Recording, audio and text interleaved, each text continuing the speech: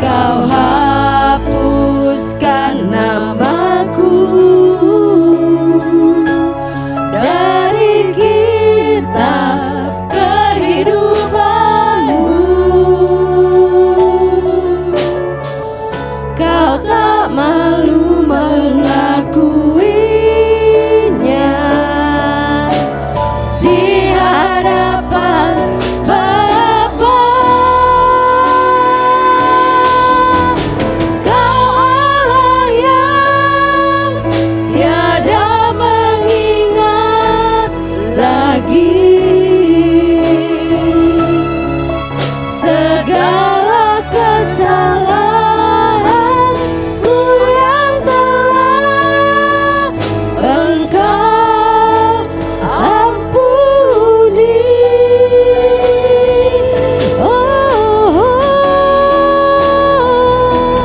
Walau dosaku merah bagaikan kesumpah, Engkau menjadikanku putih seputih bulu domba.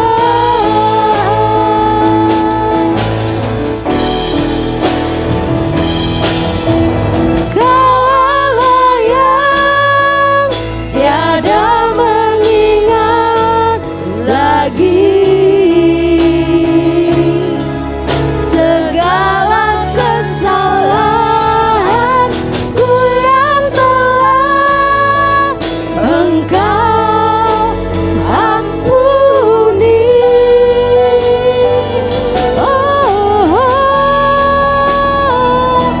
Walau dosaku merah bagaikan kesumpah, Engkau menjadikanku putih seputih bulu domba.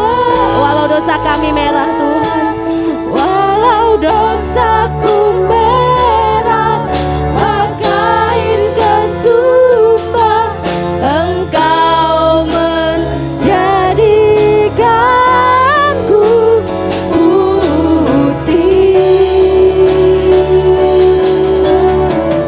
seputih bulu domba.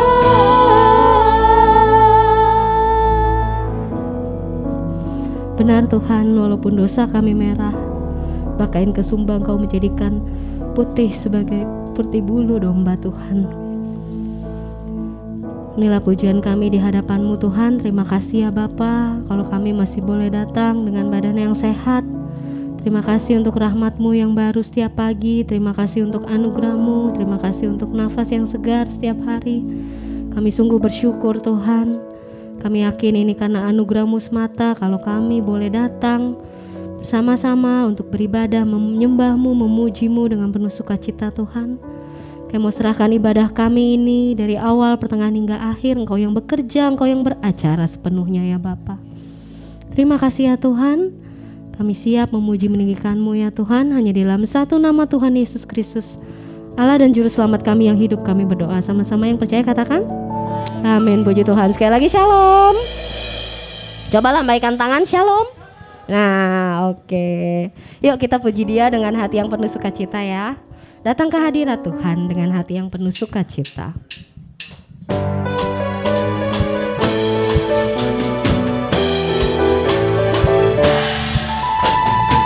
Datang ke hadirat, hati yang penuh sukacita. Datang ke hadirat Tuhan dengan senyum dan muka yang gembira. Amin. Tanggalkan beban dan kesedihan yang ada di dalam hatimu. Kenakan jubah pujian, sambut datang ke hadirat Tuhan. Datang ke hadirat Tuhan dengan hati yang penuh sukacita. Datang ke hadirat Tuhan dengan senyum dan muka yang gembira. Tanggalkan beban dan kesedihan yang ada di dalam hatimu. Kenakan jubah pujian, sambut hadirnya Sang Raja. Dan gunung-gunung pun bersorak-sorai memuji Dia. Kalau pohon gimana pohon?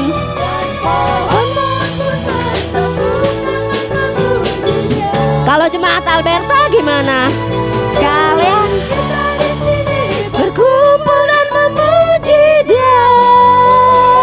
Yesus Tuhan Raja, Dialah yang bertata di atas pujian. Sekali lagi ya, datang hadirat Tuhan. Datang ke hadirat Tuhan dengan hati yang penuh sukacita. Datang ke hadirat Tuhan dengan mana nih senyumnya? Muka yang gembira. Tanggalkan beban dan kesedihan yang ada di dalam hatimu. Kenakan jubah pujian, sambut hadirnya Sang Raja. Dan gunung-gunung pun bersorak-sorai memuji Dia. Puji Tuhan. Dan pohon-pohon pun bertekuk tangan memuji Dia. Kalau jemaat Alberta, sekalian kita di sini berkumpul dan memuji Dia. Yesus Tuhan Raja, Dialah yang bertata di atas pujian. Yesus Tuhan Raja, Dialah yang bertata di atas. Sekali lagi ya, Yesus Tuhan Raja. Yesus Tuhan Raja, Dialah yang bertata di atas pujian. Yeay, puji Tuhan. Oke. Sebelum lanjut ke pujian selanjutnya, colek dulu kanan kirinya, bilang lebih semangat lagi muji Tuhan. Lebih semangat lagi muji Tuhan gitu. Senggol juga gitu, nggak apa-apa ya. Soalnya kan deket tuh. Oke, lebih semangat lagi muji Tuhan, amin. Amin. Katakan, Kaulah perisaiku Tuhan. Sebab tinggal dekatmu kami aman, dan hidup dalammu kami tenang.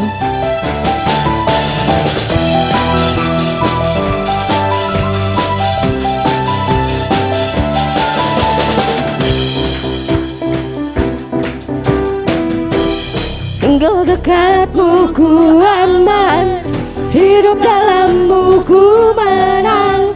Kau yang memegang hidupku di tanganmu. Kau meneguhkan langkahku. Ku berjalan di dalam kekuatanmu. Tuhan, Kau perisaiku. Lewati badai tak akan ku goyah. Imanku tetap teguh, takkan ku ragu mengikutimu. Yuk, tepuk tangan di atas kepala yuk.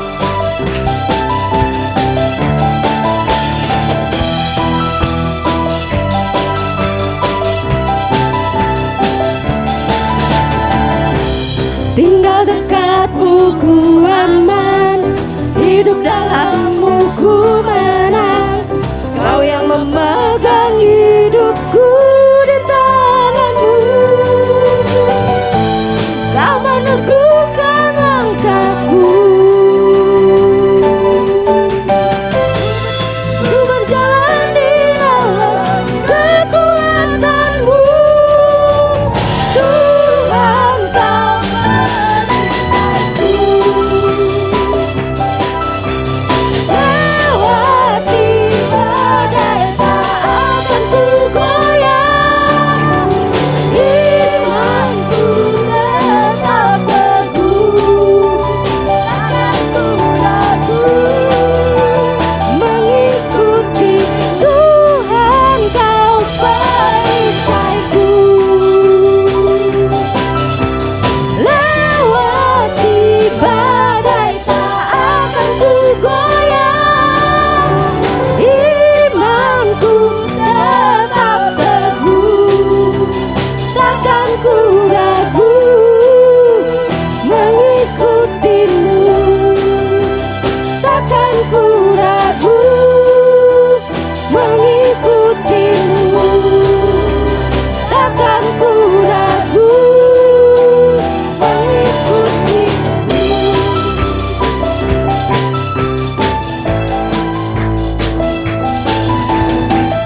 kemuliaan untuk Tuhan Allah kita. Yeay. Amin. Masih semangat puji Tuhan kita. Amin. Masih ada tadi para ini musik 9 lagu nih Lia, banyak banget gitu ya. Masih ada 5 lagi enggak. Ayo satu pujian lagi ya. Ayo semangat puji Tuhan kita. Lanjut.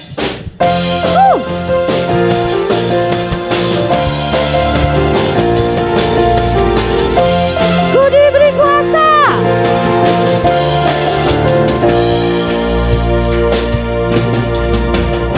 Diberi kuasa dari Raja Mulia. Untuk apa? Menaklukkan musuh di bawah kakiku. Kami mau pakai Tuhan. Ku pakai kuasa dari Raja Mulia. Bila Allah ada bersamaku, siapa jadi lawanku? Besar Kau Tuhanku, Engkau perisai hidupku. Ku berdiri dengan iman, iman dalam Yesus Tuhan. Kau yang memberi kemenangan, ku bersorak merayakan. Terpujilah Engkau Raja segala raja.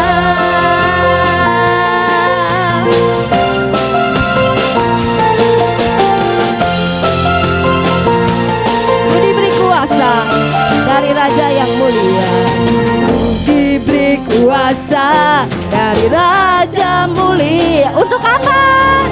Menaklukkan musuh di bawah. Ku pakai kuasa dari Raja Mulia. Bila Allah ada bersamaku, siapa jadi? Bila Allah ada bersamaku, siapa jadi? Sekali lagi, bila Allah ada bersamaku, siapa jadi lawanku?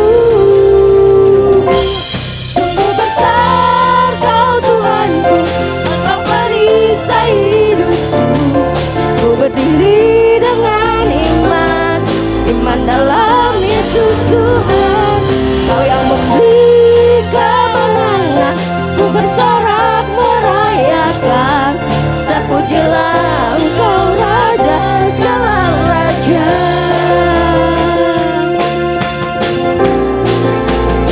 Musik memuji Tuhan, kita terus bertepuk tangan di dalam hadirat Tuhan.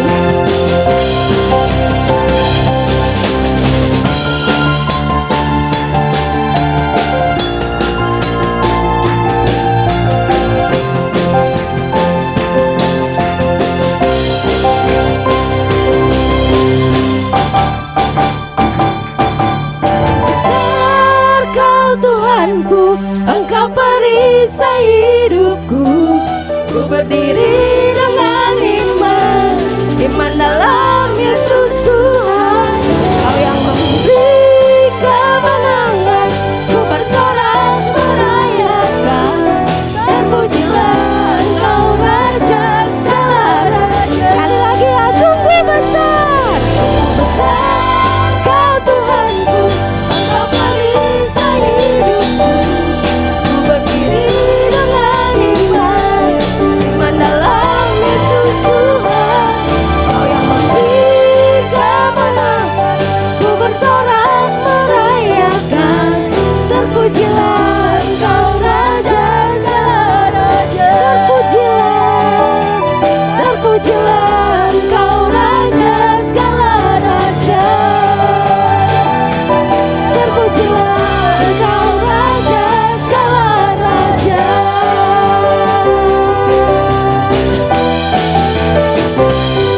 Puji Tuhan.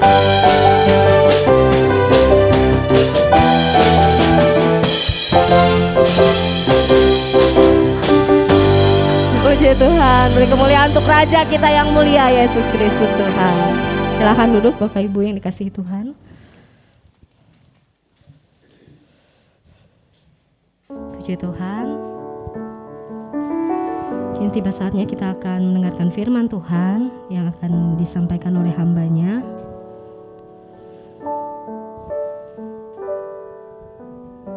Kita mau siapin hati kita ya.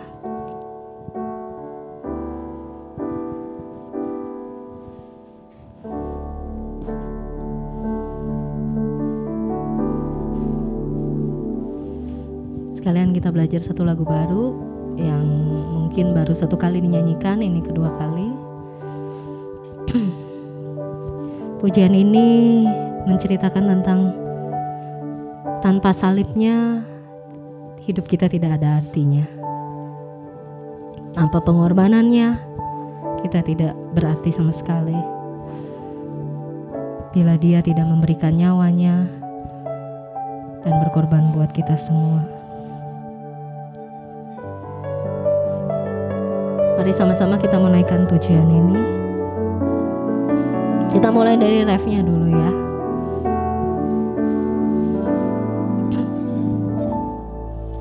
Yesus, apa arti hidupku bila kau tak berikan nyawamu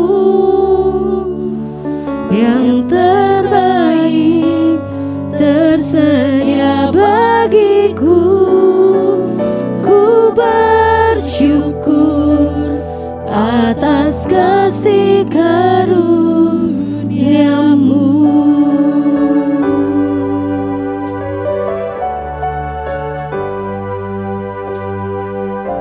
Sebab karena salib-Mu Tuhan, aku bisa berharga.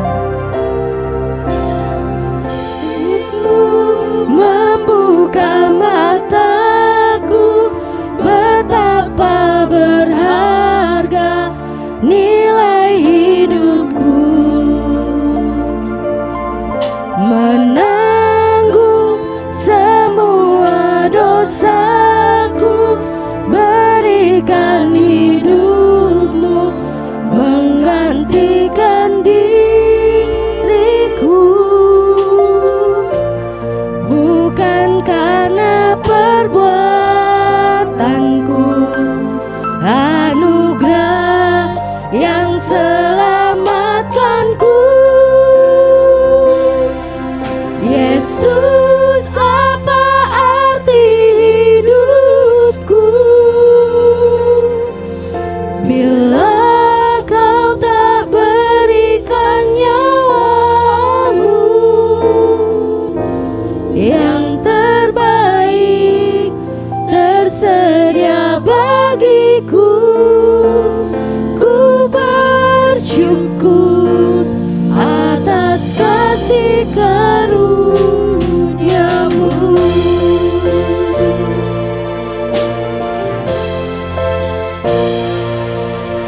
Salib-Mu membuka mataku, betapa berharga nilai hidupku. Menanggung semua dosaku, berikan hidupku menggantikan diriku. Bukan karena perbuatanku, anugerah yang selamatkanku. Yesus, apa arti hidupku bila kau tak berikan nyawamu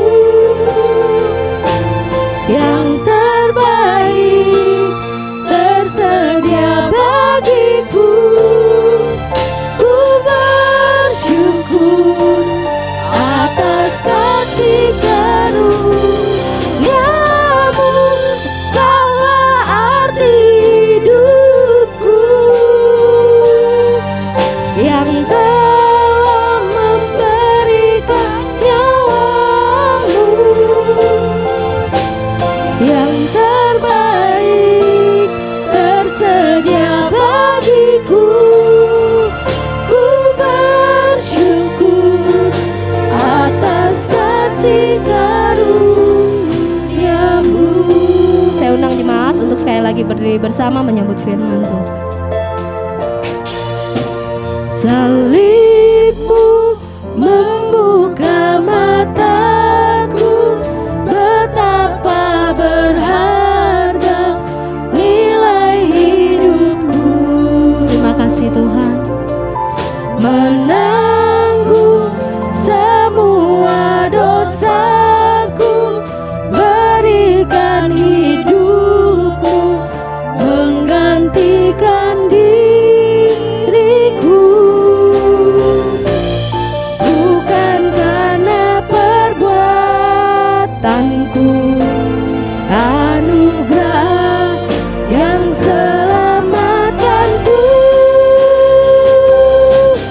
Yesus, apa arti hidupku bila kau tak berikan nyawa? Terima kasih Tuhan. Yang terbaik tersedia bagiku. Ku bersyukur atas kasih karunia-Mu. Kaulah arti hidupku, yang telah memberikan untuk waktu selanjutnya seseorang yang terbaik tersedia bagiku. Ku bersyukur atas kasih karunia-Mu.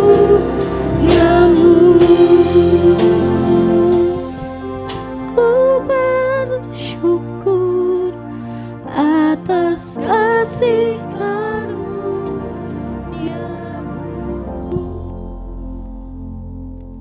Inilah kami Tuhan, orang-orang yang bersyukur atas kasih karunia-Mu di dalam hidup kami. Orang-orang yang paham, mengerti bahwa kalau Engkau tidak berkorban di atas kayu salib, maka hidup kami sia-sia. Setelah kami menjalani hidup kami di dunia ini, maka kami akan menjalani kebinasaan yang kekal. Karena Engkau berkorban untuk kami Tuhan, maka hidup kami menjadi berarti. Ada hari esok buat kami, ada hidup yang kekal buat kami, ada kebahagiaan, ada sukacita, ada damai sejahtera. Bapa di dalam surga, kami tahu selama kami menjalani hidup di dunia ini akan selalu ada masalah, tantangan, pergumulan, penderitaan, sakit, penyakit, dan hal-hal yang gak nyaman bagi kami. Itulah sebabnya pagi ini kami membawa hati kami kembali kepadamu Tuhan. Kami rindu hati ini terus-menerus disirami oleh benih firman Tuhan, supaya kami bisa tetap tegak berdiri menjalani hari-hari kami di dunia ini. Bapa di dalam surga, berkaryalah, jamahlah hati kami, ubahkanlah pikiran kami, sehingga hidup kami semakin hari semakin mencerminkan Kristus. Hanya di dalam nama Yesus kami berdoa dan bersyukur. Yang percaya bersama kita katakan amin. Bapak Ibu jangan duduk dulu, boleh lambaikan tangan sekali lagi ke kiri kanannya, depan belakang. Iya, kasih dada. Halo, apa kabar? Kalau udah silakan duduk Bapak Ibu. Senang sekali saya bisa berkumpul lagi dengan Bapak Ibu Saudara di tempat ini. Juga ketemu lagi sama Ruben, sama Damai. Di mana ada damai selalu ada damai. Iya. Bapak Ibu kalau lihat kiri kanan kenapa kursinya pada kosong? Karena sebagian ada yang pulang kampung. Acara apa ya pulang kampung? Enggak, acara pribadi, acara keluarga begitu ya. Belum lebaran, belum Natalan. Sebagian lagi kemana? Pulang kampung juga enggak. Sebagian lagi kita harus doakan karena mereka masih terpapar COVID. Oh COVID kan sekarang udah gak parah betul. Tapi yang namanya penyakit tetap rasanya enggak enak, dan selama itu masih bisa menular, mereka lebih baik istirahat di rumah. Kita tetap doakan ya Bapak Ibu Saudara supaya minggu yang akan datang saudara-saudari kita bisa berkumpul lagi dengan kita, atau nanti sore yang belum sempat ibadah, yang melihat rekaman ini bisa hadir nanti sore. Nah Bapak Ibu Saudara, hari ini sesuai dengan tema yang diberikan oleh Sinode Gereja Bethel Indonesia kita berbicara tentang relasi yang sehat dengan sesama pada bulan ini. Lalu minggu ini kita akan membahas tentang bagaimana ucapan kita bisa menjadi berkat bagi orang-orang di sekitar kita. Yuk kita lihat dulu. Kolose 4 ayat yang ke-6. Kolose 4 ayat yang ke-6. Kita akan baca bersama-sama. TV kita yang satu lagi mengalami gangguan ya Bapak Ibu Saudara. Jadi kita fokus kepada TV yang satunya lagi. Jangan fokus kenapa TV-nya mati. Fokus aja bersyukur masih ada yang hidup TV-nya. Ya, kita baca bersama 3, 4. Hendaklah kata-katamu senantiasa penuh kasih. Jangan sehingga kamu tahu bagaimana. Nah, topik hari ini mengingatkan kita untuk kita hati-hati dengan mulut kita. Dengan ucapan kita. Kenapa? Karena perkataan ini punya kekuatan Bapak Ibu Saudara. Bukan berarti kalau kita mau ambil sesuatu dari jarak jauh ambil langsung datang. Bukan begitu. Tetapi perkataan atau ucapan kita punya kekuatan positif atau negatif. Apalagi kita sebagai anak Tuhan. Kita tahu kita harus jadi teladan. Yes. Kita tahu kita harus jadi kesaksian. Betul. Buat siapa? Bukan cuma buat orang yang belum percaya kepada Tuhan, tetapi juga buat saudara-saudari seiman kita. Ada banyak orang yang jatuh bukan karena orang-orang non-believers, bukan karena orang-orang yang belum percaya, tetapi karena sesama saudara-saudari seiman kita. Nah, salah satunya melalui ucapan kita. 1 Timotius 4 ayat yang ke-12 bagian B. 1 Timotius 4 ayat 12 bagian B berkata, jadilah teladan bagi orang-orang percaya. Tuh, bukan cuman bagi orang-orang non percaya yang belum percaya, tapi dikatakan bagi orang-orang percaya dalam apa? Perkataanmu itu yang pertama. Dalam tingkah lakumu, dalam kasihmu, dalam kesetiaanmu, dan dalam kesucianmu. Ini yang harus kita lakukan. Banyak orang Kristen ketika mereka berada di luar area suci, tahu ya area suci ya Bapak Ibu Saudara. Kalau hari Senin, Selasa, Rabu, Kamis, Jumat, Sabtu itu katanya di luar area suci. Gua gak di gereja. Jadi kata-katanya masih suka memaki orang. Kalau disalib, goblok lu ya gitu kan. Kalau misalnya kakinya keinjak, mata lu di mana gitu kan. Memaki orang dengan kata-kata yang kasar. Bercandaannya nyerempet, jorok gitu kan. Ngomonginnya yang jorok-jorok gitu. Membicarakan kelemahan orang lain, gosip, hoaks, memfitnah bahkan yang belum tentu fitnah itu lebih kejam dari fitness ya Bapak Ibu Saudara. Bapak Ibu yang di sini fitness rasanya udah setengah mati ya kalau disuruh fitness. Tapi kalau di fitnah itu rasanya lebih dari setengah mati. Nah, banyak orang Kristen ketika mereka tidak berada di dalam komunitas Kristen, mereka tidak merasa ada orang Kristen yang kenal dengan mereka merasa tidak berada di dalam gedung gereja, lalu mereka boleh berbuat seenaknya, terutama dengan ucapan mereka. Dalam Amsal 20 ayat yang ke-19 dikatakan, Amsal 20 ayat yang ke-19, siapa mengumpat membuka rahasia. Sebab itu janganlah engkau bergaul dengan orang yang bocor mulut. Nah, ternyata bocor bukan cuma atap ya Bapak Ibu Saudara, mulut juga bisa bocor. Alkitab bilang jangan bergaul sama orang seperti itu. Kenapa? Ketika kita mendengarkan dia bicarakan orang lain kepada kita, suatu hari dia juga akan bicarakan kita terhadap orang lain. Itu orang yang bocor mulut. Jadi mulut atau ucapan kita bisa memberkati kita, bisa mengutuki diri sendiri, bisa. Gue memang sialan dari kecil, gue udah sial melulu hidupnya, nggak kayak saudara gue tuh. Itu mengutuki diri sendiri. Gue emang begini, goblok, sekolah juga nggak lulus. Itu mengutuki diri sendiri, bisa.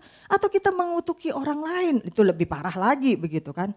Banyak orang yang dikuatkan dan dibangkitkan semangat hidupnya dengan perkataan orang lain, banyak.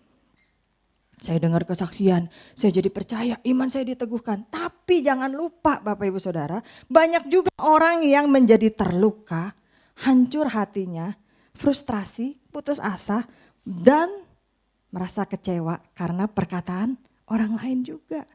Alkitab menyatakan bahwa apa yang keluar dari mulut adalah luapan dari hati. Yuk lihat, Matius 12 ayat yang ke-34. Matius 12 ayat yang ke-34, saya minta tolong Bapak Teguh untuk membacakannya. Silakan. Matius 12 ayat 34. Ya. Hai kamu keturunan ular beludak, bagaimanakah kamu dapat mengucapkan hal-hal yang baik, sedangkan kamu sendiri jahat? karena yang diucapkan mulut meluap dari hati. Terima kasih. Amin. Jadi jangan suka bilang, gue mah mulutnya aja yang jahat, hati gue mah baik. Alkitab bilang apa? Mulut keluarnya dari hati. Kalau mulutnya nyablak berarti hatinya juga seperti itu. Jika hati kita dipenuhi hal yang buruk, yang keluar juga ucapan yang buruk seperti tadi. Bisa nggak kita melihat bagaimana kita bersyukur dengan TV yang masih nyala atau kita kesel karena TV yang mati. Nah, itu aja udah menjadi contoh Bapak Ibu Saudara. Gimana sih gue ibadah, TV-nya mati, jadi gak enak ngelihatnya. Atau kita masih bersyukur, untung ya TV-nya ada 2, 1 mati, 1 nyala. Kalau TV-nya cuma 1 gimana Bu? Untung ya udah hafal lagunya. Kalau gak hafal gimana Bu? Untung ya ada handphone bisa dilihat liriknya dari handphone. Tetap kita bisa bersyukur. Kalau kita mulutnya keluar hal-hal yang negatif, nah jangan bilang hati kita baik. Rasul Paulus menasihati dalam 2 Timotius 2 ayat yang ke-16. Yuk kita baca. Rasul Paulus menasihati, yang baca adalah PDP Paulus. Silakan sekalian. 2 Timotius 2 ayat yang ke-16. 2 Timotius 2 ayat 16. Tetapi hindarilah omongan yang kosong dan yang tak suci, yang hanya menambah kefasikan. Terima kasih. Amin. Hindari, artinya bisa nggak kita nggak ngomong itu? Bisa. Karena Alkitab bilang hindari. Mengapa kita harus menghindari omongan yang kosong dan tidak suci? Tadi udah dijelaskan, karena hanya akan menambah kefasikan. Itu sia-sia, nggak bermanfaat. Nah, dalam hidup sehari-hari nih Bapak Ibu Saudara, seringkali ada kata-kata manis yang terlontar kepada kita atau yang kita lontarkan kepada orang lain. Betul apa benar? Aduh, hari ini cantik sekali ya. Saya sering bilang kali begini. Hari ini doang ya, kemarin sama besok enggak ya berarti. Nah, seringkali itu kita lontarkan hanya basa-basi. Cantik ya kamu, aduh udah langsingan ya, aduh senang ya ketemu kamu. Tidak tulus keluar dari dalam hati. Semakin banyak kita mengumbar ungkapan yang tidak perlu atau hal-hal yang sia-sia, maka semakin besar persentase kita melakukan kesalahan di dalam ucapan kita. Makin bawel, makin salah ngomong. Amsal 10 ayat yang ke-16 bicara tentang apa nih? Yuk lihat, Amsal 10 ayat yang ke-16, saya minta tolong Saudari Siska. Amsal 10 ayat 19, silakan. Amsal 10 ayat yang 19, di dalam banyak bicara pasti ada pelanggaran, tetapi siapa yang menahan bibirnya berakal budi. Ya, terima kasih. Nah, jelas dikatakan di situ. Makanya hati-hatilah dalam berbicara Bapak Ibu Saudara. Berpikirlah dulu sebelum bicara. Orang bilang berpikir 1000 kali. Tapi kalau mau manggil tukang sayur gak perlu mikir 1000 kali juga. Keburu kelewat ketikungan tukang sayurnya gitu ya. Karena apa? Karena kata-kata sia-sia yang kita ucapkan harus kita pertanggungjawabkan kepada Tuhan pada saatnya. Kita baca Matius 12 ayat 36 sampai yang ke-37. Banyak banget ya ayatnya pagi ini ya. Iya betul. Karena kalau di rumah kan gak sempat baca Alkitab ya Bapak Ibu Saudara. Ya. Matius 12 ayat 36 sampai 37 kita baca sama-sama. 3, 4. Setiap kata sia-sia yang diucapkan orang harus dipertanggungjawabkannya pada hari penghakiman. Karena menurut ucapanmu engkau akan dibenarkan. Dan menurut ucapanmu pula engkau akan, nah ya udah kalau gitu mulai minggu depan kita semua abis pulang gereja senyum doang, gak ada yang ngomong, takut salah, enggak gitu juga Bapak Ibu Saudara. Orang Kristen yang sudah mengerti kebenaran firman Tuhan pasti dia bisa mengontrol ucapannya. Karena apa? Karena Roh Kudus tinggal di dalam hatinya. 1 Petrus 4 ayat yang ke-11 berkata, jika ada orang yang berbicara, baiklah ia berbicara sebagai orang yang menyampaikan firman Allah. Nah Bapak Ibu, kita sering dengar pepatah tong kosong nyaring bunyinya ya. Sering saya tambahin tong makin kosong makin nyaring bunyinya. Ada orang juga yang mengatakan diam adalah emas. Artinya kalau kita diam orang gak ngerti tuh. Dia ngerti, dia paham apa enggak gitu kan. Tapi kalau ngoceh melulu ketahuan nih kualitasnya nih orang gitu ya. Makanya guru coba tanya PDP PAU gitu ya. Anak-anak paham, anak-anaknya diem. Dia juga bingung, ini paham, udah ngerti apa belum ngerti gitu kan, karena diem semuanya.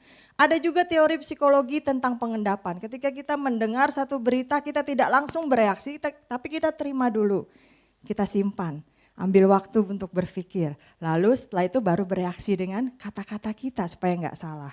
Sering juga kita dengar saran ya Bapak Ibu Saudara, kalau lagi marah lebih baik diam dulu, jangan ngoceh. Karena apa? Mungkin kita akan mengeluarkan kata-kata yang kita sesali di kemudian hari karena terbawa emosi. Nah itu semua sesuai loh ternyata dengan Alkitab kita. Yakobus 1 ayat yang ke-19. Coba kita baca.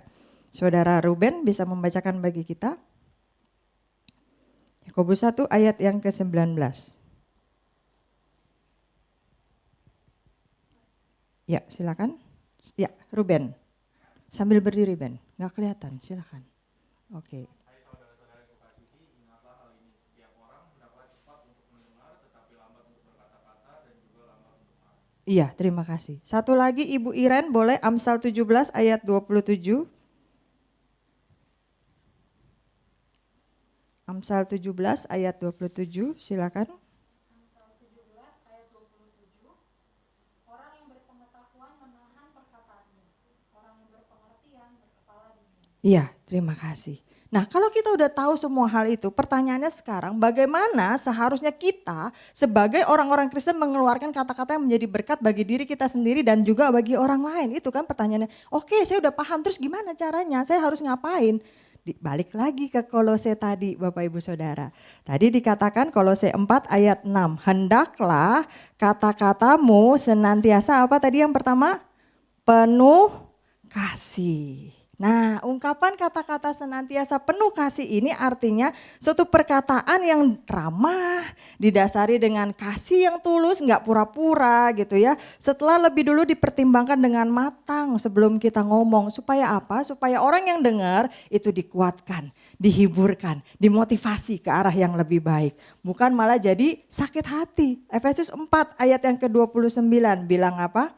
Janganlah ada perkataan kotor keluar dari mulutmu, tetapi pakailah perkataan yang baik untuk membangun di mana perlu, supaya mereka yang mendengarnya beroleh kasih karunia. Nah kata kasih yang dipakai di ayat ini berasal dari kata Yunani charis, artinya pemberian cuma-cuma untuk kebaikan sang penerima. Jadi cuma-cuma untuk kebaikan yang menerimanya.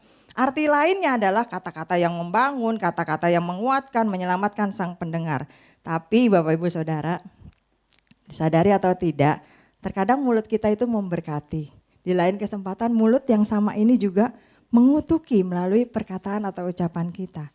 Yakobus 3 ayat 9 sampai yang ke-10, Yakobus 3 ayat 9 sampai yang ke-10 berkata, dengan lidah kita memuji Tuhan, udah tadi kita memuji Tuhan, Bapa kita. Dan dengan lidah kita mengutuk manusia yang diciptakan menurut rupa Allah. Coba Bapak Ibu Saudara ntar kalau pulang naik kendaraan terus disalip orang atau pergi ke mall, kita udah mau masukin mobil, parkiran diserempet orang. Dasar lu kurang ngajar. Nah tadi habis memuji Tuhan mulut yang satu, lalu mulut yang sama juga mengutuki manusia yang diciptakan menurut rupa Allah kata Alkitab. Nah dari mulut yang satu keluar berkat, dari mulut itu juga keluar kutuk. Lalu apa kalimat yang terakhir? Hal ini saudara-saudaraku tidak boleh demikian terjadi. Artinya apa? Memberi berkat boleh, mengutuki orang tidak boleh. Memang susah ya Bu, mengucapkan kata makian lebih gampang daripada mengucapkan berkat. Betul apa benar Bapak Ibu Saudara?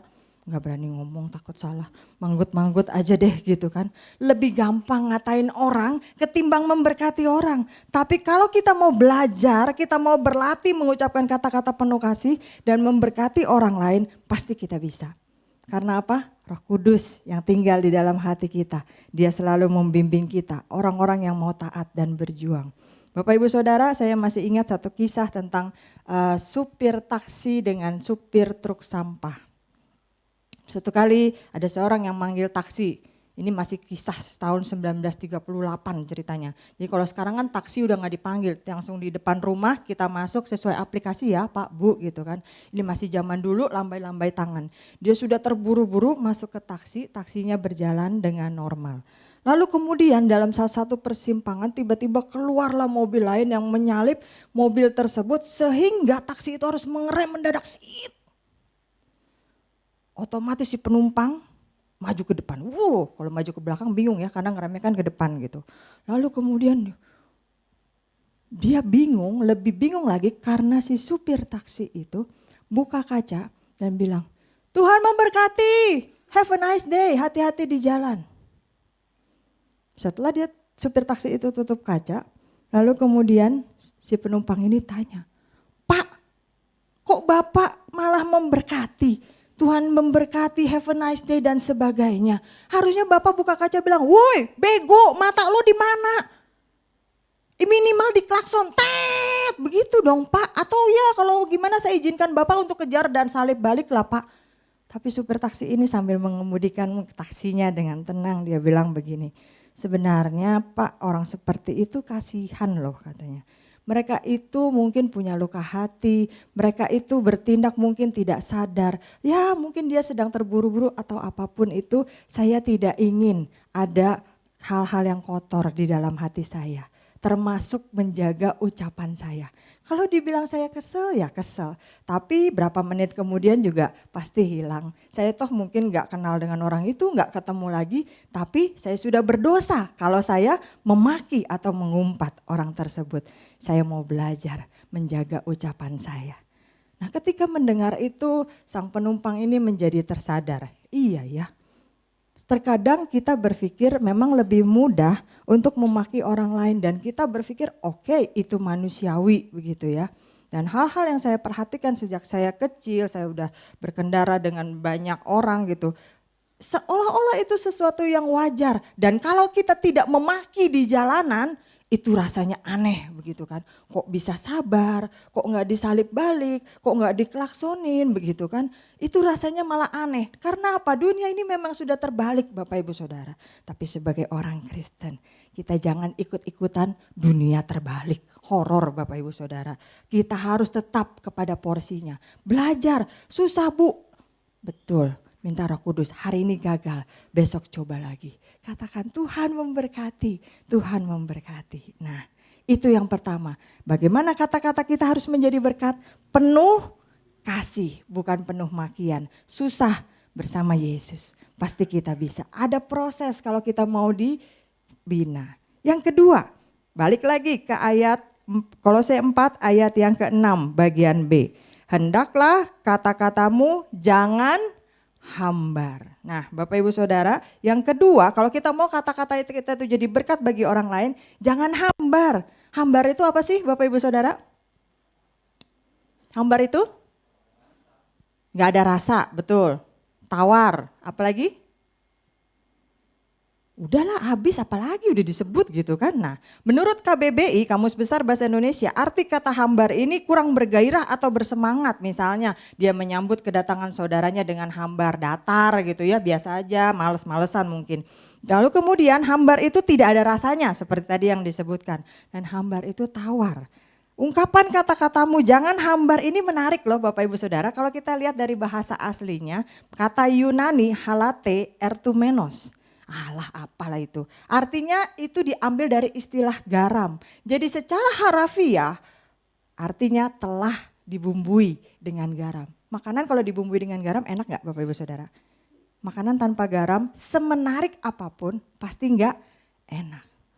Biasanya kita paling gampang melihat contoh orang di rumah sakit. Mau makanannya semenarik bagaimanapun, kita yang besuk cuman lihat, wih enak lu makanan di rumah sakit ini ya. Yang sakit bilang apa? Iya enak dilihat doang, rasanya tetap gak enak. Karena bumbu-bumbunya dikurangin. Kenapa mie instan bisa membuat kita kecanduan? Yang pernah kecanduan mie instan? Bukan karena ada narkobanya.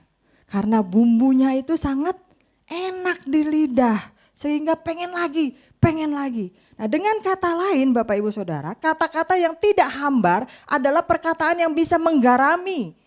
Memberi rasa, memberi citra positif, membangkitkan selera orang lain untuk makan. Makan apa? Untuk mendengar. Nah sedangkan kata-kata yang hambar, tawar, sama seperti garam yang telah menjadi tawar dan gak ada gunanya. Selain dibuang dan diinjak orang. Matius 5 ayat 13, yuk kita lihat. Matius 5 ayat 13, saya boleh minta tolong saudara Alif untuk membacakannya. Matius 5 ayat yang ke-13, silakan. Ya, sudah ada di layar juga. Kamu adalah garam dunia. Jika garam itu menjadi tawar, dengan apakah ia diasinkan? Tidak ada lagi gunanya selain dibuang ke lidah orang. Iya, terima kasih. Kalau kita baca ayat ini Bapak Ibu Saudara mungkin bingung. Karena kita umumnya punya garam dapur itu gak pernah bisa berkurang rasa asinnya. Betul apa benar? Gimana sih kok ayat ini garam menjadi tawar? Maksudnya apa? Terus garam kok dibuang dan diinjak garam? Karena apa? Karena garam yang kita kenal sekarang ini terdiri dari senyawa kimia sodium klorida atau natrium klorida NaCl. Ini sangat stabil karena dibikinan di pabrik. Tapi pada abad pertama dulu, garam ini bukanlah dari senyawa sodium klorida atau natrium klorida seperti yang ada di dapur kita, di meja makan kita, di meja restoran kita, bukan.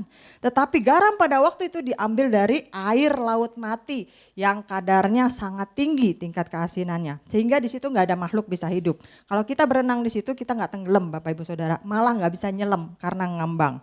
Nah garam di situ mengandung campuran mineral lain sehingga yang memungkinkan garam aslinya itu terbuang dan menyisakan residu yang tawar rasanya. Nah, kalau kita udah baca referensi seperti ini, baru kita paham maksud dari Matius 5 ayat 13. Karena garam yang ada di mata kita selama ini ternyata berbeda dengan garam yang dimaksudkan pada abad pertama waktu itu. Nah, kalau kita pikir-pikir sebenarnya kita ini lebih mirip dengan garam yang ada di masa kini yang terdiri dari sodium klorida ini. Umat Allah adalah garam dunia.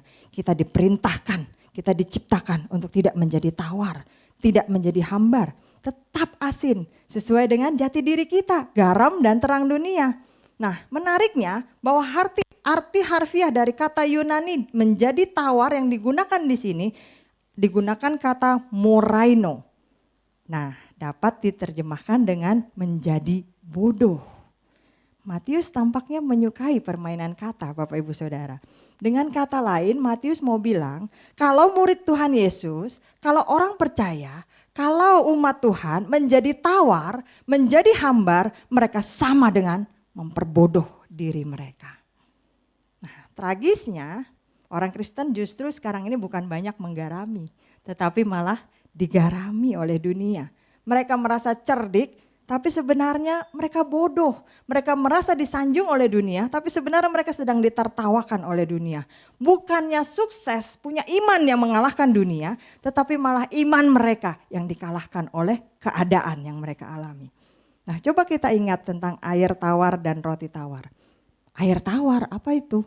Nah, Bapak Ibu, kita minum air putih semua ya. Di sini ada yang nggak minum air putih? Ada yang nggak doyan air putih? Saya ingat dulu kita punya salah satu jemaat yang paling tua, Ama ya namanya. Kita nggak tahu Ama Maria Tangeki. Itu konon nggak suka minum air putih katanya begitu. Minumnya bir. Gitu. Jadi makanya awet katanya begitu ya, masih seger. Mulai sekarang Bapak Ibu Saudara bisa coba mungkin ya, yang ada bukan awet, bukan panjang usia tapi mabok gitu ya. Karena ada bir jenis tertentu yang memang bisa untuk kesehatan. Nah, tapi kalau kita semua umumnya kita minumnya air. Air yang kita minum air putih rasanya tawar. Roti yang kita oleskan selai biasanya roti tawar. Tapi coba pikir lagi, benar gak sih air yang kita minum itu tawar? Atau hambar? Benar gak? Lalu semua buru-buru ke depan, bagi dong airnya sebotol mau dicoba nih, mumpung nih kesempatan. Gue sebenarnya aus cuma pengen nyoba aja kesempatan, modus pengen minum. Boleh silakan Lia yang mau minum boleh gitu, kesempatan gitu kan. Sayang aja saya gak ada botol air di sini gitu ya. Tapi kalau kita cicipi, sebenarnya rasanya itu tidak tawar loh Bapak Ibu Saudara. Betul apa benar? Ada manis-manisnya dikit, ada asin-asinnya dikit kadang-kadang kalau kecampur sesuatu begitu ya. Karena apa? Karena air itu mengandung banyak mineral sehingga orang seringkali juga menyebut air mineral, bukan air putih. Ada lagi yang bilang, emang itu warnanya putih, bening. Emang itu warnanya bening, transparan. Ya udahlah yang benar air mineral gitu kan. Roti tawar, benarkah sepenuhnya tawar? Enggak. Ibu-ibu yang suka makan roti atau suka membuat roti, apakah benar itu rasanya tawar atau hambar? Saya suka makan roti tawar tanpa apa-apa. Karena lebih terasa susunya, lebih terasa kenyalnya tanpa apa-apa. Jadi kalau ada yang mau kirim roti tawar, gak usah pakai apa-apa Bapak Ibu Saudara. Saya terima roti tawar saja begitu ya. Hidupnya sederhana, simple. Nah, roti tawar juga tidak sepenuhnya terasa tawar ketika kita makan tanpa selai, tanpa gula, tanpa mentega pun sudah enak.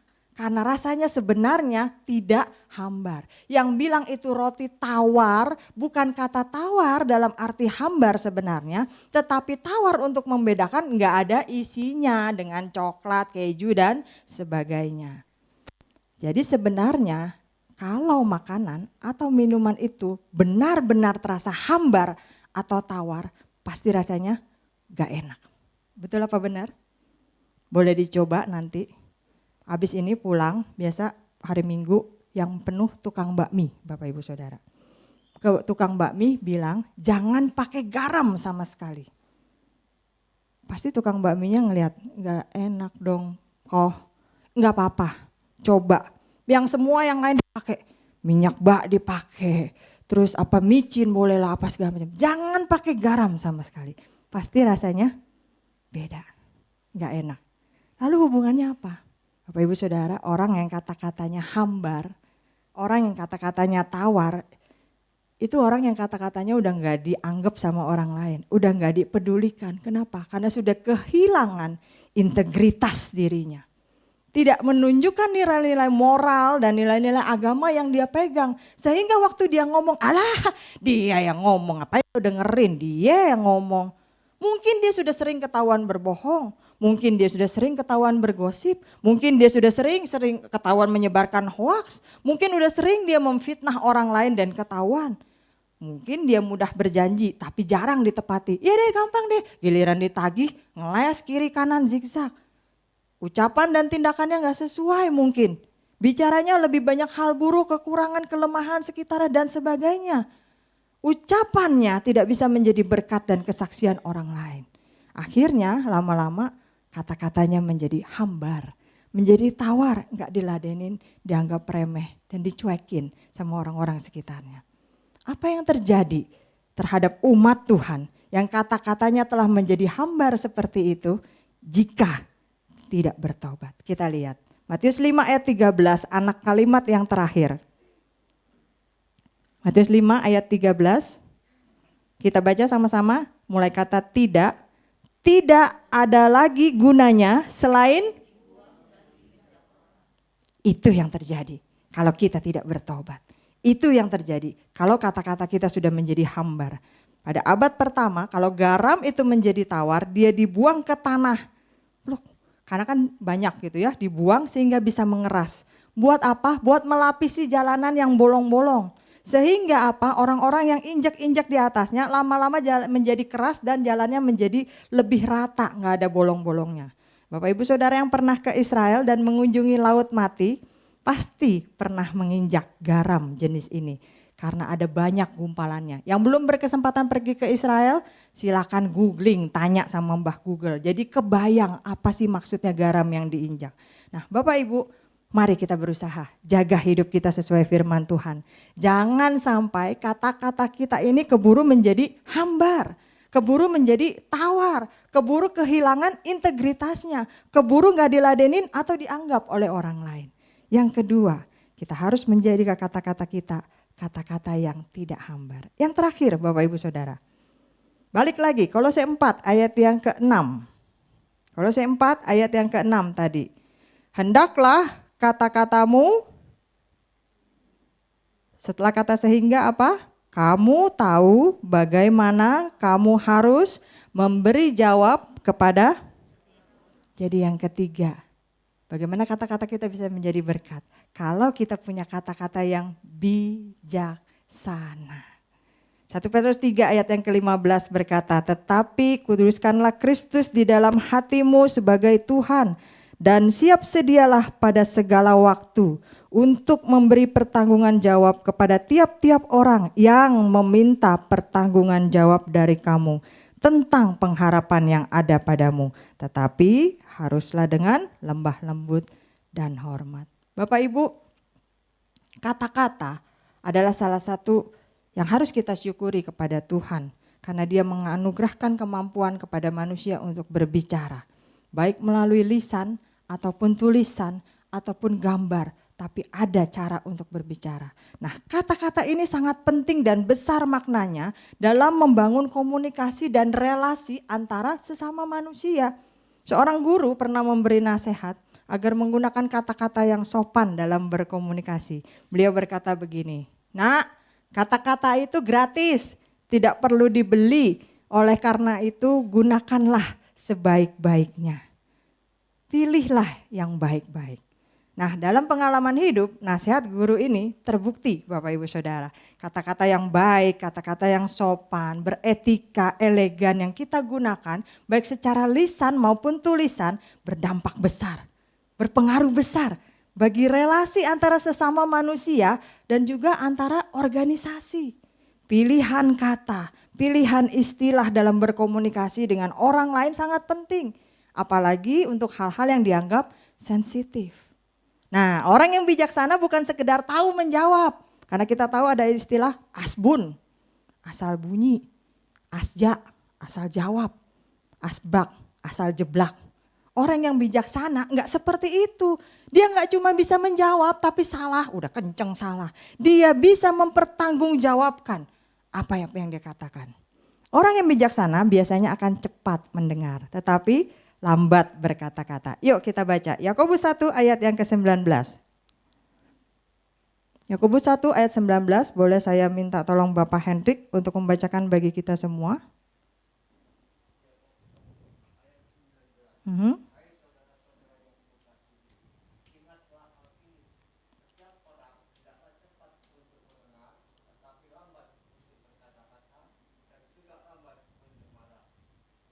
Ya, terima kasih. Nah, artinya apa? Artinya dia akan berpikir dulu baik-baik sebelum dia berkata-kata. Kalau memang gak perlu ngomong, dia gak akan ngomong. Ini orang yang bijaksana. Apalagi dalam hal marah, seperti tadi yang sudah saya katakan di awal. Ketika marah lebih baik kita diam dulu daripada kita menyesal dengan ucapan kita.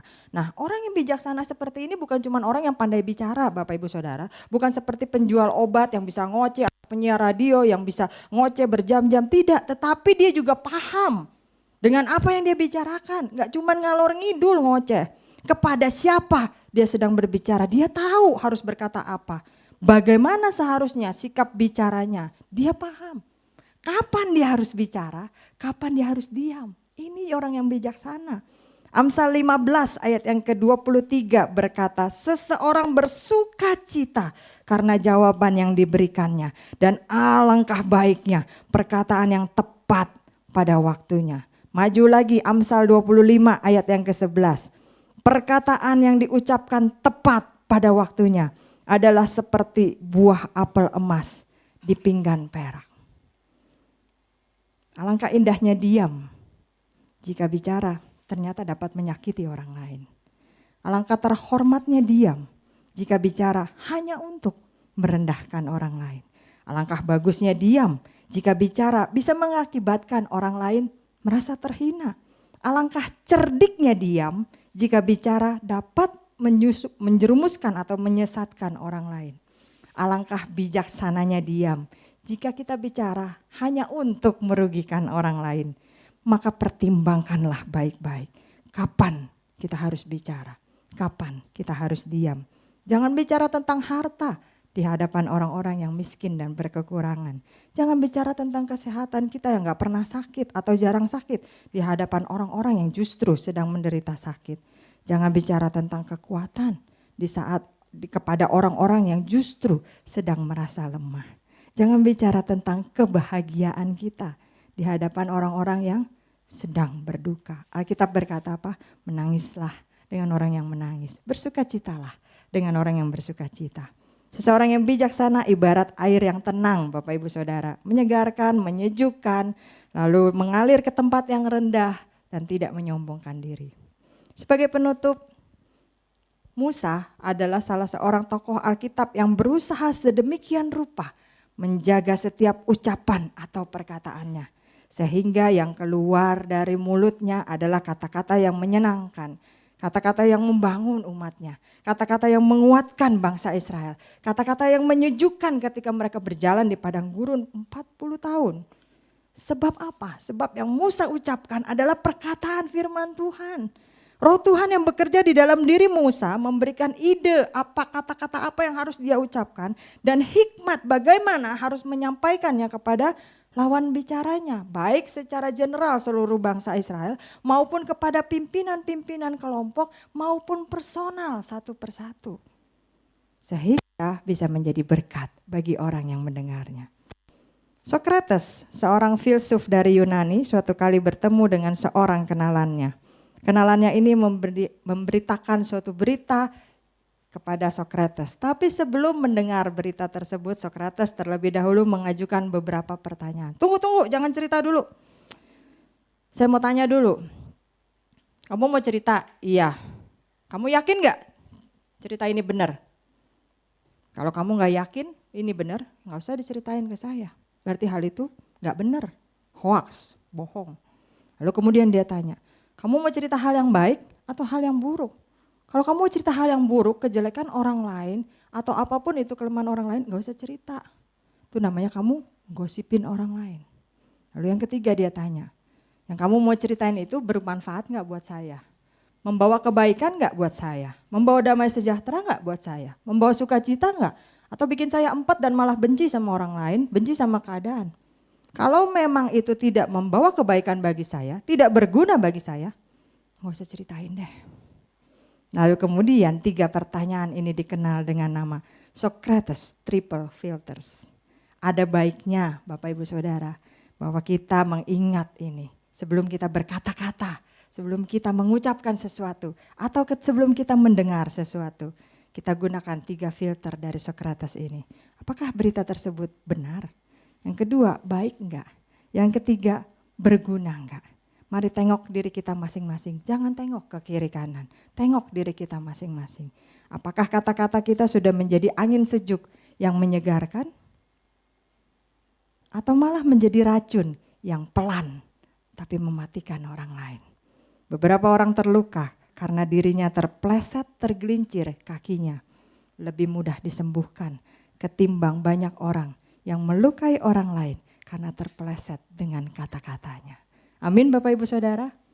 Mari kita sama-sama berdoa untuk firman Tuhan. Bapa di dalam surga, terima kasih pagi ini kami sudah kembali diingatkan bahwa Tuhan memang menganugerahkan kata-kata bagi kami untuk kami bisa berkomunikasi. Tuhan memberikan ucapan-ucapan, Tuhan memberikan mulut untuk kami bisa mengucapkannya. Ajar kami terus Tuhan supaya ucapan kami bisa menjadi berkat bagi diri kami sendiri, bagi orang lain di sekitar kami dan terutama bagi kemuliaan nama Tuhan. Ampuni kami Tuhan, kalau selama ini kata-kata kami lebih banyak toksik, kata-kata kami lebih banyak makian, kata-kata kami lebih banyak racun yang meracuni, mengutuki diri kami sendiri, bahkan orang-orang di sekitar kami pun ikut terpapar dan lebih parah lagi nama Tuhan menjadi tidak dimuliakan, menjadi ikut dilecehkan oleh orang lain. Bapa di dalam surga, terima kasih. Pagi ini mungkin kami sadar. Tetapi untuk bisa melakukannya kami butuh Roh Kudus. Biarlah Roh Kudus yang tinggal di dalam hati setiap kami bisa terus mengajar kami, bisa terus membimbing kami, bisa terus mengingatkan kami, bisa terus berjaga-jaga bersama dengan kami melalui mulut dan ucapan kami. Sehingga apapun yang kami ucapkan itu sesuai dengan kehendak Tuhan. Terima kasih Bapa.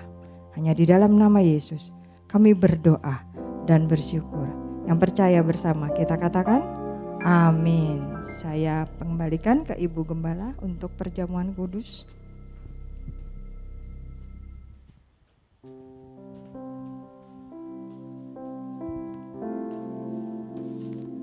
Saya undang para pelayan perjamuan untuk maju.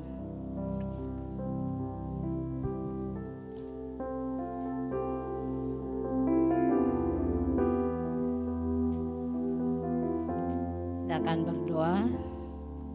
Tuhan Tuhan Yesus, kami bersyukur dan berterima kasih kalau pada kesempatan ini kami diberikan waktu untuk makan minum bersama dengan Engkau. Kembali ini mengingatkan pada kami kematian-Mu 2000 tahun yang lalu di kayu salib. Engkau mati karena Engkau mengasihi kami, Engkau mati karena Engkau mencintai kami. Darah-Mu tercucur dari kayu salib Tuhan, untuk memberikan pengampunan kepada kami dan menyucikan segala dosa dan kesalahan kami. Itu sebabnya Tuhan, tubuh dan darah-Mu yang sebentar kami akan nikmati bersama-sama, kami percaya ada kuasa Tuhan untuk menyembuhkan segala sakit penyakit. Ada kuasa Tuhan untuk memperbarui hidup kami. Itu sebabnya kami bersyukur dan berterima kasih kalau setiap bulan di minggu pertama kami boleh makan minum sehidangan bersama dengan Engkau. Dan kami percaya Tuhan, itu semua tidak sia-sia, tapi dapat memperbaharui kehidupan kami di dalam Engkau. Sehingga kami boleh selalu diingatkan akan kasih-Mu, akan janji-Mu Tuhan. Terima kasih juga untuk firman hari ini. Ajar kami untuk melakukannya Tuhan, karena kami percaya firman-Mu jatuh di tanah hati kami yang subur, yang sudah dibajak oleh-Mu. Sehingga firman Tuhan tidak sia-sia, tapi menjadi berkat bagi kami sekalian. Kami akan sambut tubuh dan darah-Mu dengan percaya di dalam nama Tuhan Yesus. Haleluya, amin.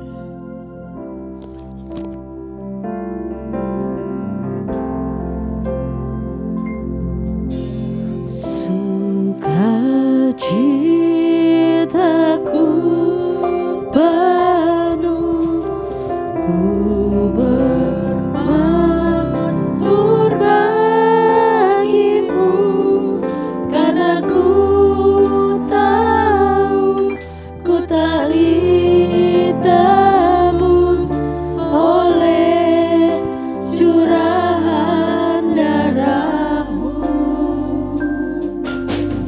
Ku menari bagimu,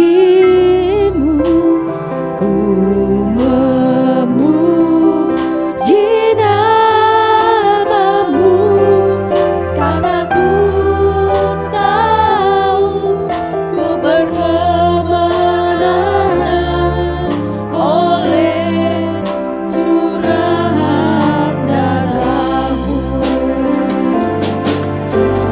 Darah-Mu Yesus, sucikan aku. Darah-Mu Yesus, bebaskanku.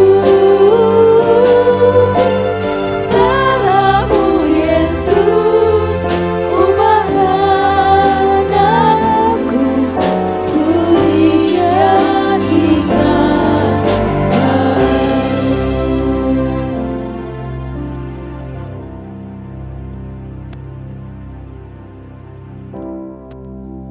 Firman Tuhan berkata, mari ibu-ibu, bapak-bapak, saya undang untuk berdiri. Firman Tuhan berkata, sebab apa yang telah aku teruskan kepadamu telah aku terima dari Tuhan, yaitu bahwa Tuhan Yesus pada malam waktu Ia disalibkan mengambil roti, dan sesudah itu Ia mengucap syukur atasnya. Ia memecah-mecahkannya dan berkata, inilah tubuhku yang diserahkan bagi kamu. Perbuatlah ini menjadi peringatan akan aku. Demikian juga Ia mengambil cawan sesudah makan, Ia berkata, cawan ini adalah perjanjian baru yang dimateraikan oleh darahku. Perbuatlah ini setiap kali kamu meminumnya menjadi peringatan akan aku. Sebab setiap kali kamu makan roti ini dan minum cawan ini, kamu memberitakan kematian Tuhan sampai Ia datang. Kita akan berdoa. Tuhan Yesus, terima kasih. Di tangan kami sudah ada tubuh dan darah-Mu Tuhan. Biarlah Tuhan memberkati, Tuhan menyucikan sehingga menjadi berkat bagi kami sekalian. Kami tidak asal-asal untuk minum, tetapi kami mempersiapkan hati pikiran kami untuk menyatu dengan tubuh dan darah-Mu Tuhan. Dan tubuh dan darah-Mu akan menjadi berkat bagi kami. Kami boleh dikuatkan, kami boleh diperbarui. Kami yang sakit juga boleh disembuhkan Tuhan. Kami yang terikat boleh dilepaskan.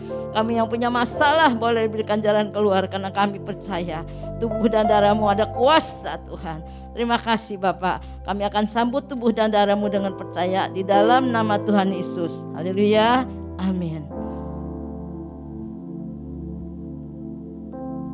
Kita angkat tubuh Kristus lebih dari kepala kita.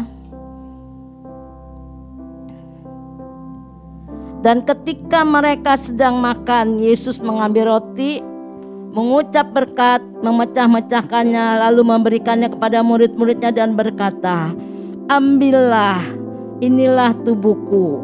Sesudah itu ia mengambil cawan dan mengucap syukur, lalu memberikannya kepada mereka dan berkata, "Minumlah." Ya, itu sudah kita makan ya bersama-sama ya. "Ambillah, makanlah, inilah tubuhku." Kita makan bersama-sama dalam nama Tuhan Yesus.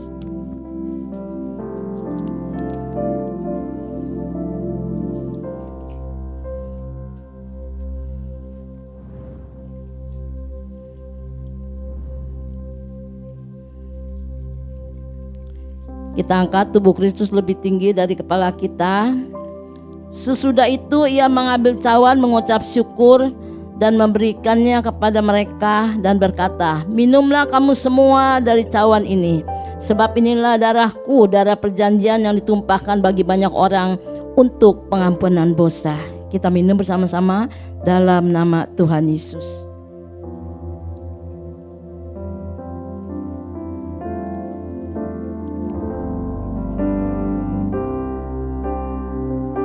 Naikkan syukurmu kepada Tuhan. Makasih Tuhan, terima kasih Yesus, terima kasih Roh Kudus, terima kasih Tuhan buat anugerah-Mu, buat kebaikan.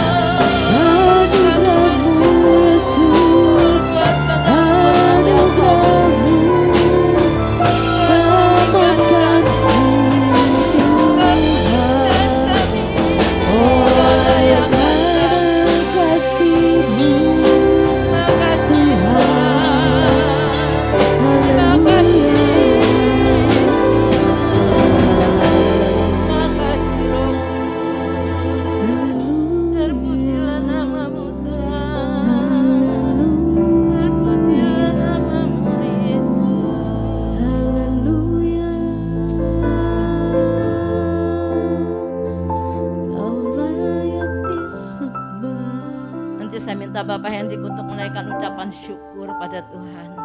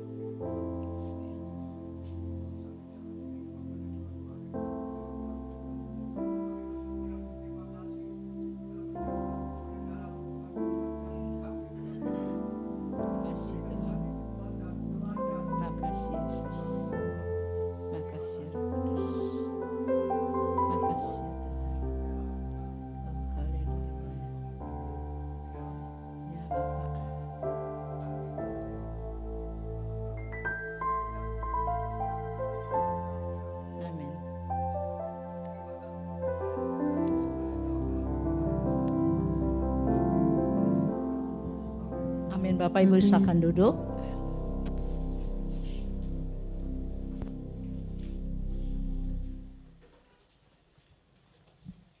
Saya yakin kita semua diberkati oleh firman Tuhan, amin. Saya atas nama Ibu Gembala dan seluruh jemaat mengucapkan terima kasih atas pelayanan Pendeta Karmelia Suryanto. Tuhan Yesus memberkati. Oke, sambil gelas-gelas dikumpulkan, kita juga akan mempersiapkan persembahan kita.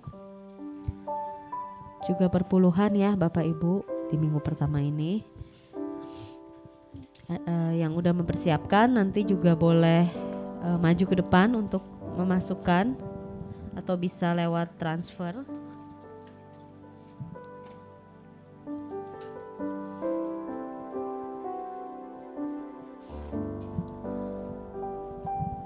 Nanti dari sebelah kiri dulu ada yang maju ke depan. Nanti berikutnya untuk yang persembahan boleh maju juga. Kita berdoa dulu ya. Ya, persembahan boleh. Perpuluhan dulu aja ya. Oke. Iya. Kita dengan kasih Diaken Puriantini ya berdoa untuk perpuluhan dulu dan persembahan kemudian. Kita bersatu dalam doa. Bapa di dalam kerajaan surga, puji syukur kami naikkan kehadirat-Mu Tuhan. Kau telah hadir dan memimpin ibadah kami dari awal hingga pertengahan ini. Tuhan, kalau sebentar kami akan mengembalikan perpuluhan yang menjadi milik-Mu Bapa. Ajar kami untuk memberi dengan hati yang tulus Tuhan, untuk mengembalikan 1/10 itu dengan hati yang tulus dan penuh sukacita. Kami yakin dan percaya Tuhan, Engkau melihat hati-hati kami. Engkau yang mengenal kami pribadi lepas pribadi. Biarlah setiap persembahan kami Tuhan, baik persembahan persepuluhan maupun persembahan kolekte juga boleh berkenan kepadamu, menyenangkan hatimu dan hanya untuk kemuliaan namamu.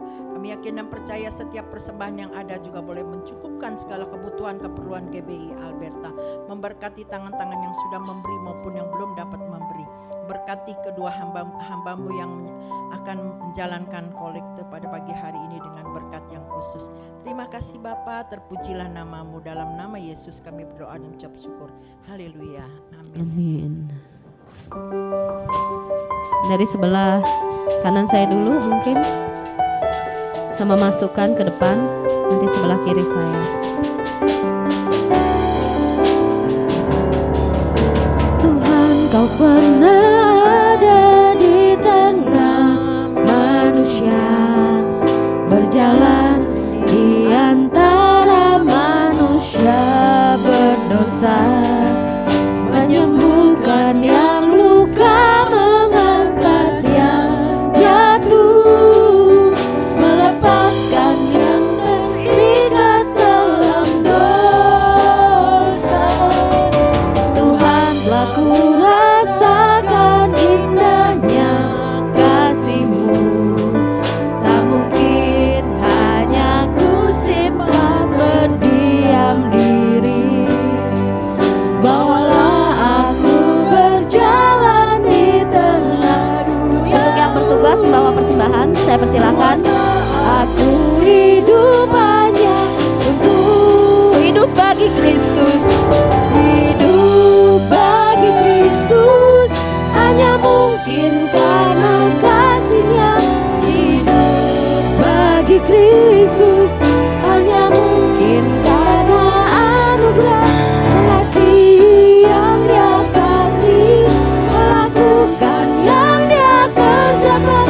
Ku mau hidup bagi Kristus, hidup bagi Kristus, hidup bagi Kristus hanya mungkin karena kasih-Nya. Hidup bagi Kristus hanya mungkin karena anugerah kasih yang Dia kasih, melakukan yang Dia kerjakan. Ku mau hidup bagi, sekali lagi, hidup bagi Kristus. Hidup bagi Kristus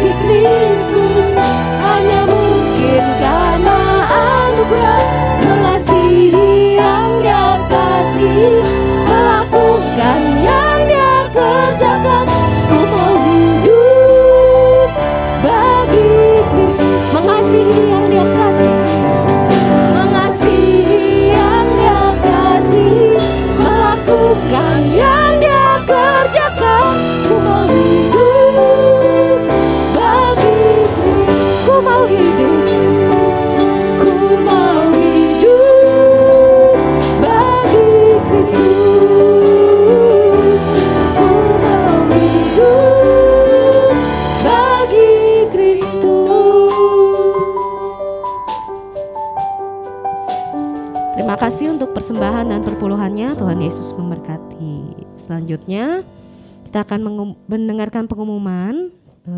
Saya akan bacakan pengumumannya untuk hari Minggu tanggal 7 Agustus 2022. Berita sepekan GBI Alberta ya. Bapak Ibu boleh menyimak di layar.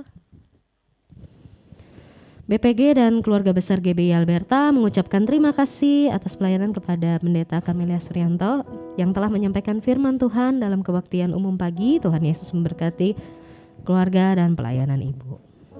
Kemudian BPG dan keluarga besar GBI Alberta mengucapkan terima kasih kepada Gembala Jemaat. Terima kasih juga kepada seluruh tim pelayanan yang telah setia bertugas pada hari ini. Tuhan Yesus memberkati dengan bonus yang khusus. Sekolah Minggu atau Alberta Kids, ini abis ini ya Bapak Ibu, itu hari Minggu pukul 10.30, jadi pas 1 jam lagi dari sekarang. Boleh diajak anaknya untuk datang beribadah bersama-sama di Alberta Kids. Kemudian untuk hari Selasa, kebaktian kaum wanita diadakan pukul 10 pagi pada hari Selasa ini tanggal 9 Agustus. Pukul 10 dilayani oleh Pendeta Magdalena Gianti Chandra.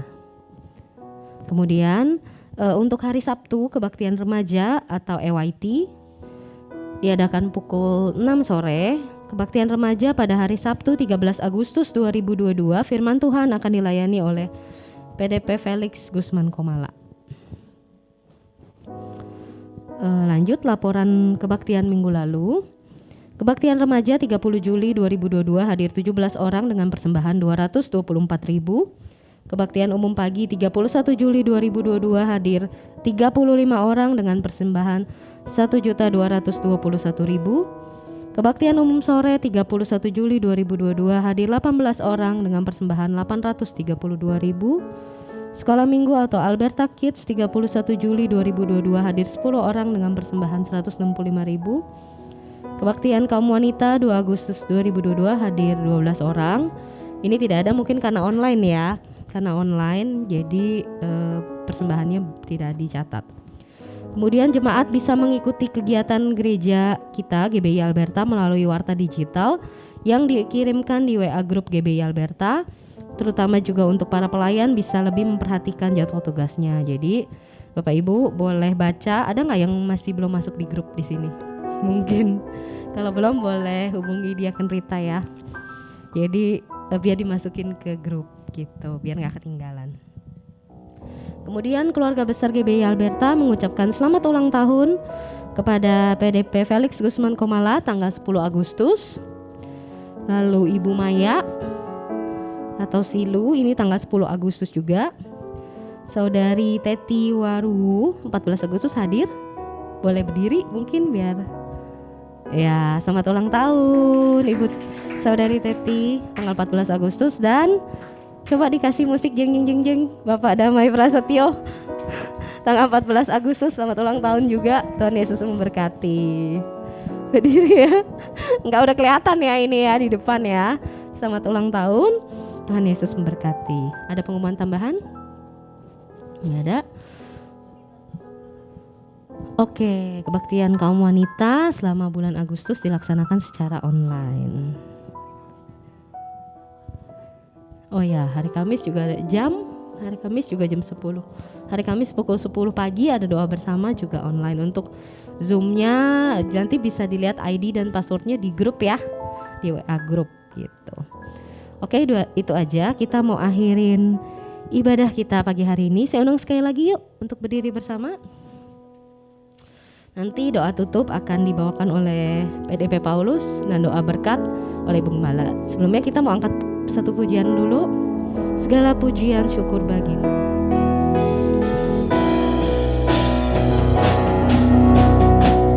Segala pujian syukur bagimu. Kau hadir dalam hidupku.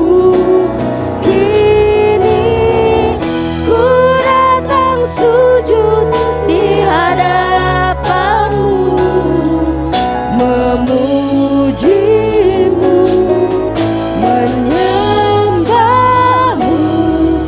Yesus, ku menyembah. Sekali lagi, segala pujian, syukur bagimu. Kau hadir dalam hidup. Selanjutnya, seperti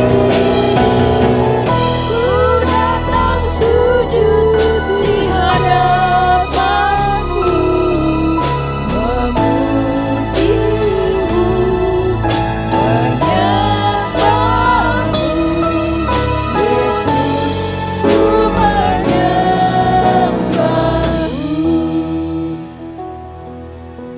Mari kita bersatu dalam doa. Tuhan Yesus, terima kasih untuk hari ini ya Tuhan. Di akhir ibadah ini kami mau berdoa ya Tuhan. Kami mau berdoa untuk bangsa dan negara kami ya Tuhan. Kau tolong ya Tuhan, biarlah seluruh anak Tuhan dimanapun mereka berada, biarlah hidup mereka tetap selalu menjadi terang ya Tuhan, terutama dari dalam sikap, perbuatan, tingkah laku, serta perkataan ya Tuhan. Sehingga banyak orang diselamatkan melalui tutur kata kami, melalui sikap hidup kami ya Tuhan.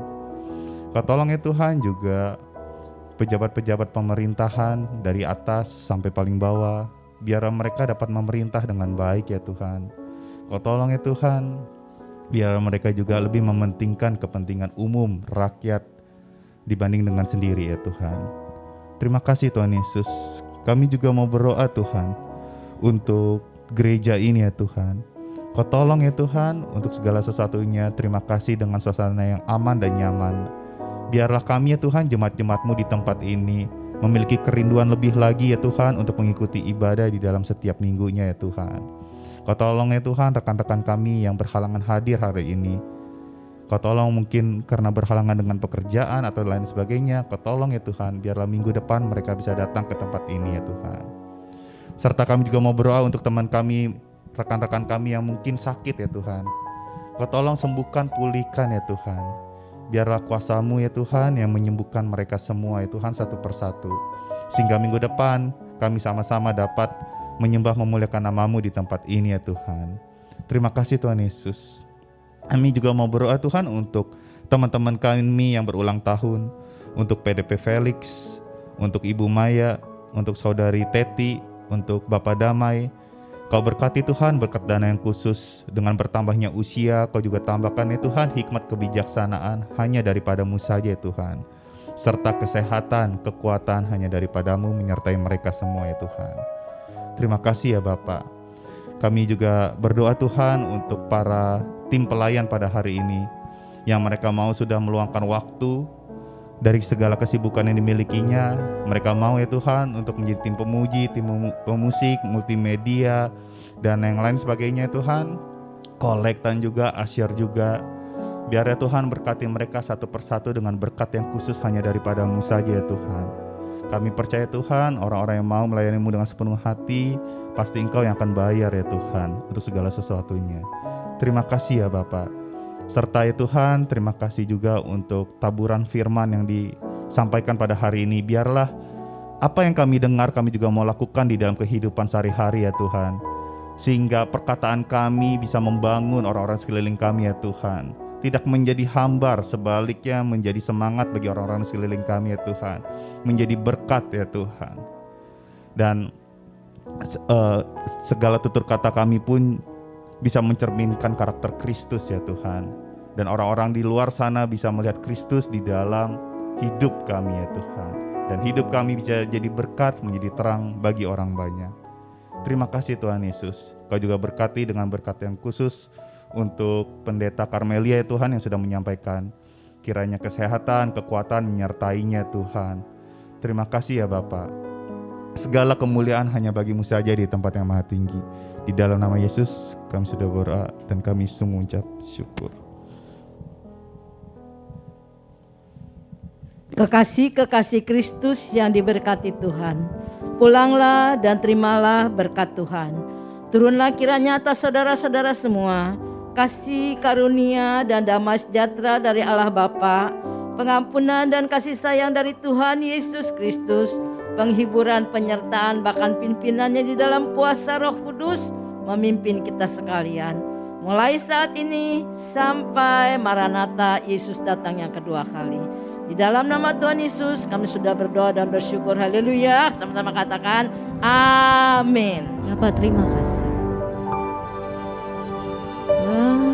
Bapa terima kasih.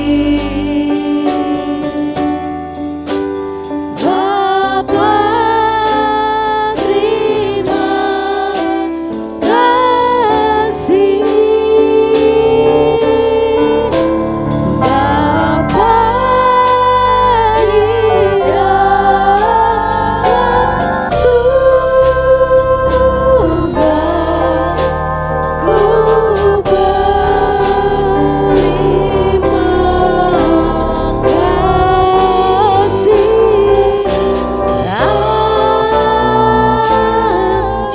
Silakan duduk, silakan bersatu. Selamat pagi, selamat hari Minggu, Tuhan Yesus memberkati.